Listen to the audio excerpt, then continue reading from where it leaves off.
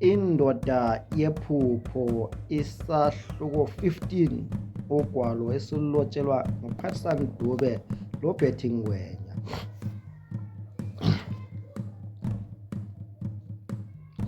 Izimo esidlula kuzo zisifundisa okuningi empilweni. Kwesinye isikhathi ungahlupheka kanti uJehova ucanda indlela eya kumpumelelo.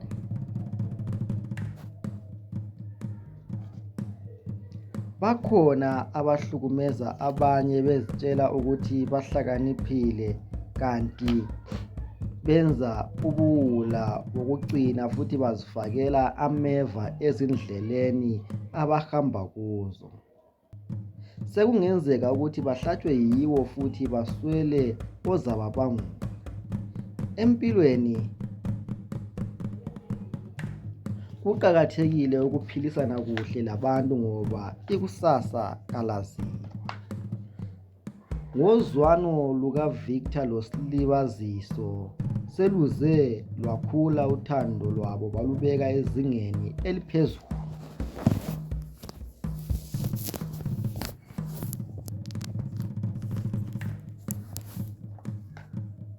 Kuthi lapho abahamba khona loba ngubani alangazelele lolo thando. Yebo ke abalomona baphetha ngokuthi uzaphetha ngezinyembezi. Singathini pho umona usuka esweni? UVictor uhle waqinisekisa ukuthi izinto bazenza ngendlela eqondileyo. Somoya, ngifisa ukuthumela abakhongi kini. Sesilenyanga sithandana kanti asisekho isikhathi sokulinda. Ngifuna ube ngumkami ngokusemthethweni. Pho-ke njengoba wakhuliswa ngomalumakho, akukuhle yini na ukuthi kube yibo abamukela lezo zinto zamalobolo? Kubuza uVictor bezipholele endlini yakhe eSandton.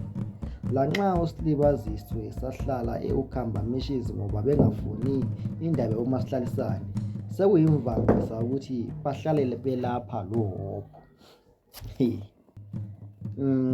Sithandwa, uyazi ukuthi ngizizwa kanjani ngabo? Ekusukeni kwami bangixotsha njengenja njengoba ngakutshela. Bagcizelela ukuthi ngingalubhadi loba sekutheni ngoba ngiyabayangisa. Kwathiwa ngilihlazo. Manje kungani ngifanele ngiye kubo ngoba sekulotsholo? Ngadliswa luxubho kuloya muzi, bangiphatha okwesichaka. Kangazi lokuthi babevumelana ukungikhulisa ekubeni besazi ukuthi bazangihlukuluza. Ngakutshela ukuthi umalume uDube wangibamba iganyavu wathi ngithule ngoba uzangibulala. Phezu kwalokho ngazithwala isisu sakhe qede wanginathisa umuthi wokusikhipha. Ngayekeliswa isikolo. Uthando lomzali ngize ngaluthola kuMangwenya ePlumtree. Lamhlanje ngiphumelele nje kungenxa kababakazi lomza wami. Kangifisi ngitsho ukuthi uMachuma loDube bathole yona indibilithi elesikhala. Abakhongi ngabahambe kobaba emajinge.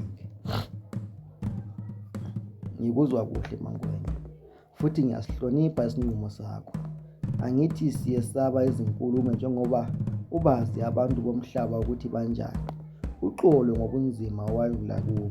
Akekho umntwana ofanelwe yilokho. Hayi ke, azathi efika amakhefu ephasika ngizavela.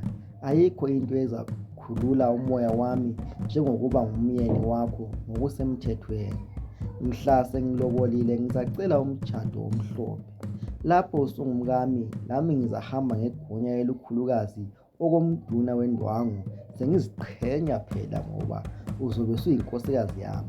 Ngizakuphathisa kwezikhali zamantungu aMangwenya. Hawu Dlamini bantu, kaze ngaphathwa zinhloni nxa usukhuluma kanje. Uthando lwakho ngami aluthandabuzeki. Uphinda ube ngubaba oqotho kuHopho. Ngiyabonga ngobukhona bakho empilweni yami loHopho. Sizizwa siphelele nje. Abobotheke uSilibaziso kuze kubhobhoze izinyembezi zenjabulo kulezi zithandani. Akulindwa usuku lweValentine ukuze kuthandwane. Uthando lwabo luhlezi lubusa njalo nje, futhi akusithando lokuzenzisa, lusuka ekujuleni kwezinhliziyo zabo. Ubuhlungu obuzwiwa ngomunye lomunye uyabuzwa, kuba njalo lalapho kujatshuliwe.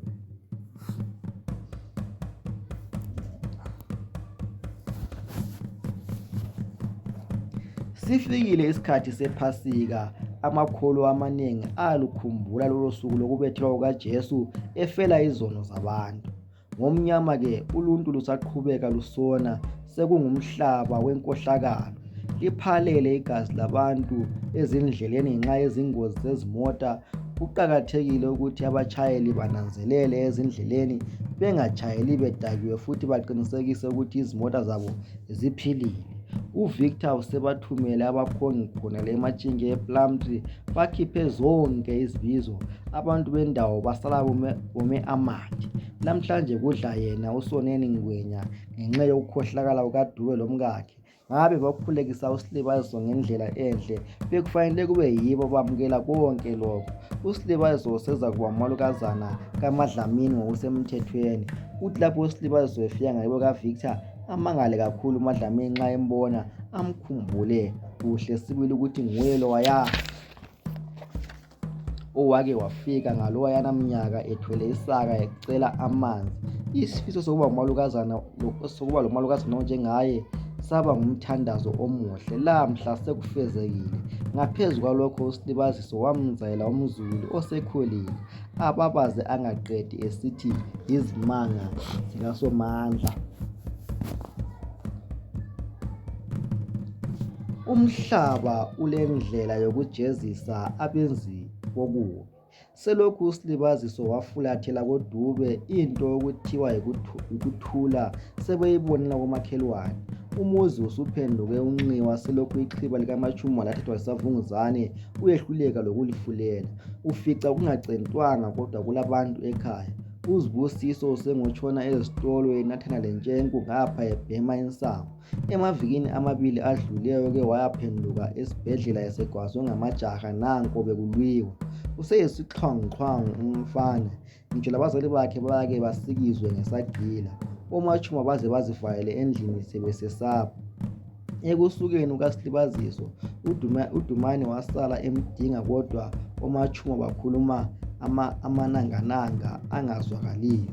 Laye umuntu wenkosi waze wadela nxa uNokhanya wake wazama ukuzisondeza kuye, kodwa wenqaba. Lamhla lokhu uNokhanya usethengisa umzimba ukuze baphile ekhaya. Kambe engabathini abantwana ababili alabo? Ungambona yini ngokuzaca? Uhlupho luhlezi emhlane, kanti ngenxa yokungaziphathi kuhle uke waphathwa luhudo olubi, kwathiwa amasotsha akhe omzimba awasela mandla. Uselegcikwane lesandulela ngculazi. Kulezi insuku usezwana loJabulani, kanti ulokuba phambili uJabulani esemuva emgijimisa ethwele ubhulu, yena eklewula isililo. Lihlazo lodwa nje elenzeka kuNokhanya. uDube akasela mpilo ngitsho njengoba esehlala elele phansi esithi lapha kwami. Umuntu okhwehlela kudume isigaba sonke ngenxa yofuba alalo. Esibhedlela bambamba ukuthi ulegcikwane lesandulela ngculazi. Waphela enkani uMatshumo mhla esizwa lokho. Wazibuza ukuthi engabe wayenyonyoba nini uDube. Ngaphezu kwalokho ulesifo setshukela. Uhlupho yikuthi akawanathi kuhle amaphilisi okugula, uwanatha mhla ekhumbulile kumbe esizwa ubuhlungu. Ezibayeni akusaselani nje lutho, sebaze babasa izigodo zombhelo wezibaya ngenxa yobuvila bokuyatheza. uMatshumo uke wazama ukwemuka abuyele kubo, kodwa wakhumbula emlayo mhla elawa ngoyisekazi besithi usengowakoDube, uzabuya mhla evakatshile. Pho-ke kube kulobani njengoba sekwanda amathuna nje, sebaphela abakibo kwasala unxiwa. Impilo ifana lesondo elibhodayo. Waphetha esesiya esibhedlela laye wazinathela amaphilisi okuthundubeza isandulela ngculazi alazo. Useke athi ehlezi akhulume yedwa. Kumbe isiqalekiso sokuhlukumeza uSilibaziso? Kumbe wayangaphi umntakantombi? Ngaze ngamkhumbula, angixolele lapho okhona. Ilanga litshisela emafini lamhlanje. uDube ubangwa lwezibi uyabubula ngaphansi kwesihlahla, izindebe zomlomo ziyaxexebuka zibomvu gebhu, inkalakatha ilokhu ibalise njalo ngenhliziyo. Kumbe ngubani oyoke angibonele uSilibaziso ke ngimxolise? Ngiyakufisa ukufa kodwa kumele ngijiye ngimxolisile ngesihluku engasenza kuye. Ngamhlupha umntakadadewethu, athi esephumisela akhulume ngezwi elihotshozelayo liselanywa yikukhwehlela okukhihlize isikhwehlela esiluhlazana. Machuma, hawu, wadla wedwa nina, nami ngicela ilambazi bo.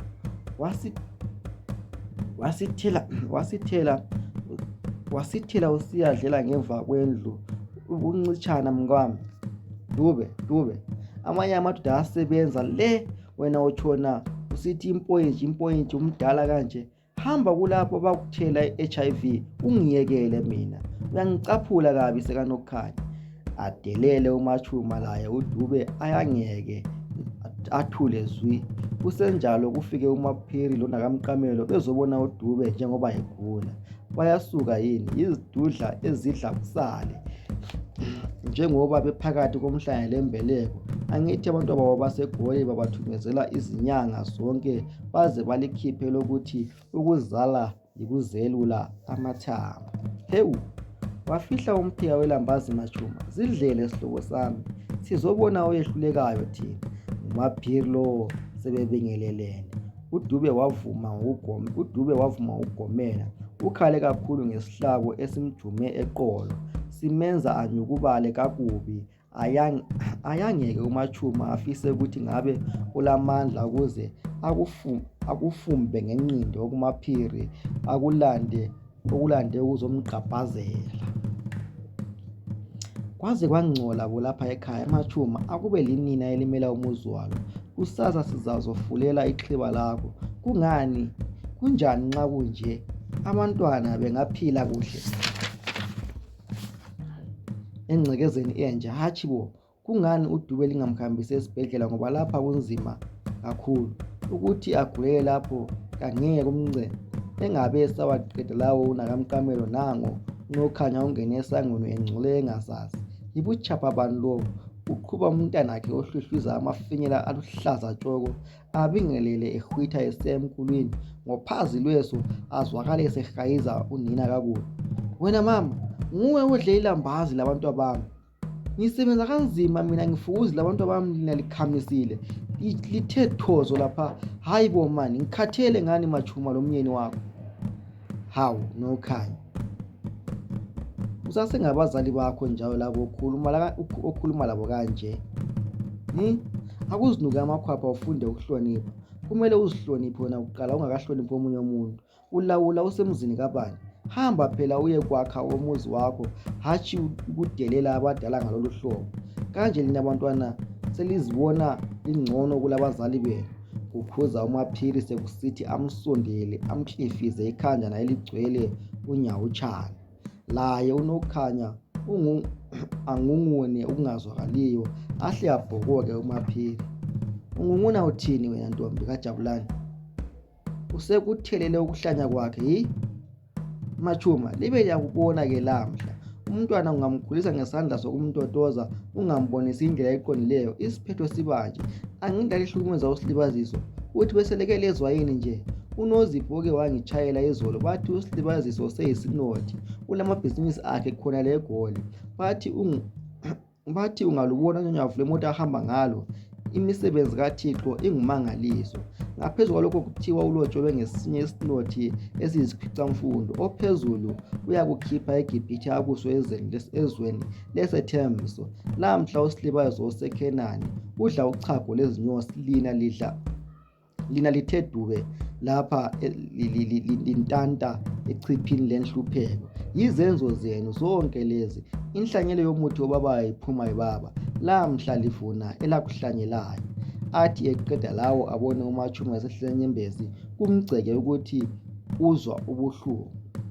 Kodwa uSilibaziso engayenza kanjani leyo? Samkhulisa kanzima thina, usekhetha ukuyalotsholwa koyise. Lathi siyasifuna leso sabelo sakhe. Angeke phela ugangeka akazazi lo mntwana. Esesehluleka lokukhuluma uMachuma, uNozipho uthe kuthiwa akafuni kuzwa lutho ngani ngoba lamxotsha lathi angaphindi aze lapha. Lifuna isabelo sani lina? Sasingenelanga yini namhla lisidla ezavela koJabulani ezikaMathambo ke? Alimephucanga imali ayephiwa ngumpofu laze lamxotsha ngoba lisithi uzasala ethatha nokukhanya kodwa kwehlula. Yiso ke isabelo senu leso. Abantu bomhlaba bayathanda kabi ukuzenzisa. Lamhla nguwe osukhala izinyembezi zengwenya usithi ufuna isabelo samalobolo. Wena awudli ngani kanokukhanya wakho ongusilungile? Angithi wathi umzukulu wakho akaziphathanga. Nanko ke ngiyamzwisisa mina uSilibaziso. Okunye kuthiwa akusensuku zatshwala bengamenzelanga umtshado omhlophe. Umfana kaDlamini wale koSikhuni nguye ozamfaka indandatho. Kangiboni lokuthi uzalinxusa. Bagcine bethole yento isekahophu. Kulokho bathule zwi ngoba bengasela nkani. Kuthi dlwe kunokukhanya ukuthi lanxa wazama ukubehlukanisa baphetha bebonke. Machuma ngabe waba ngumama oqotho uSilibaziso beza kondla. Manje wamphatha okwesigqili, wazizwa ezonda engenzanga lutho. Kufanele ukwamukela ukuthi wamxotsha. Abanye abantu bambona eligugu, wena wambona engumgodo olunama. Khulula umntwana azikholisele impilo yakhe ngoba wamfaka esihogweni. Angawaqedi lawo. Nanko uDube usevula amehlo amakhulu useqhasha. Amanina wonke asidinde esililo kuze kwananela izindonga. Bafike labanye omakhelwane engabe esewufulathela umhlaba ohlabayo uDube. Bamsize aphethe esengconywana kodwa inkalakatha intekenteke. Kusele isikhwehlela kuphela. Ngelikade ilizwi liphume liminyezelana lesikhwehlela lapho esithi, "Ngicelani nxa